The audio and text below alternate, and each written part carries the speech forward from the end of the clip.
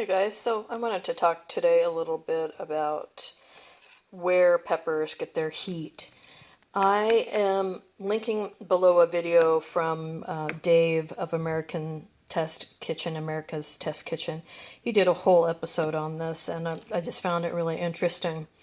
In that episode, they sent immature or green jalapenos to a laboratory.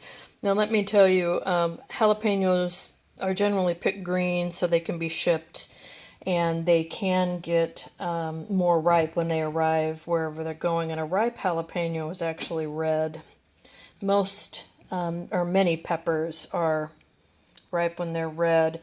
So the older a pepper gets, definitely the hotter it gets. There's more capsaicin in these peppers. There is some controversy as to why people believe that's true, why science believes it true. It used to be because they thought that it would keep mammals from eating the peppers, but really now they're finding that it's a way for the pepper to protect itself from cuts, scrapes, and scars from fungi and from insects. So if they're attacked, they heat up, or the heat in there keeps the bugs from eating them further. They'll heal, and they'll actually even get hotter if they have marks and scratches and such on them from insects.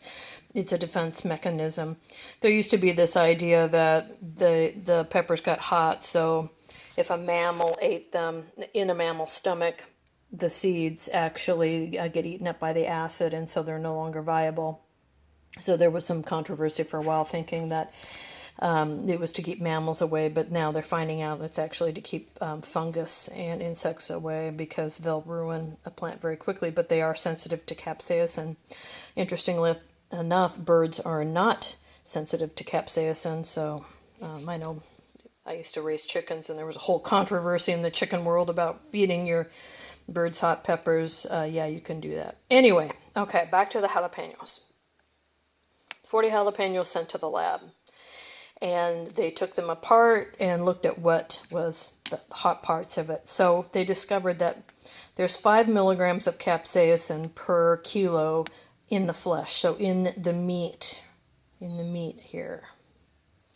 There's 73 milligrams in the seeds, which are kind of around. But notice that the seeds are all sitting on the rib, even up in here, and I really shouldn't be doing this, but I can never help myself. The seeds are behind this white rib section and are up in here. So what you'll see here is that on the ribs themselves, it's 512 milligrams of capsaicin. So there's a lot of thinking right now that the seeds are getting their heat simply because they're sitting on the rib itself. It's just touching it, and it's absorbing some of the capsaicin through that. So I've always been told, oh, if you don't want hot peppers, cut out the seeds, but it's actually the ribs plus the seeds that are touching the ribs that you want to get rid of if you want to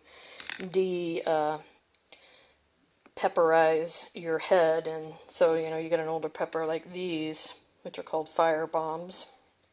This is a younger version, so this one's hotter. It's got some scratches on it, so that's partially due to age and or insect damage, so it's going to be much hotter than this one is. So if I want it to be manageable, we need to cut out that rib section and probably the seeds. So there you go. And we are going to be making some hot sauce this year by fermenting some peppers. I'm going to do that video next. In the past, I've made hot sauce simply by pickling peppers and then blending them up, which I still do. But this year I'm going to try a ferment, so that's why I've got my peppers out from my garden. Some are still ripening up, but I think I'm going to go ahead and get cutting and make a bunch of peppers. So anyway, that's where the heat comes from. I've got Dave from American Test Kitchen's video linked below. Check it out, and let me know if you have any questions.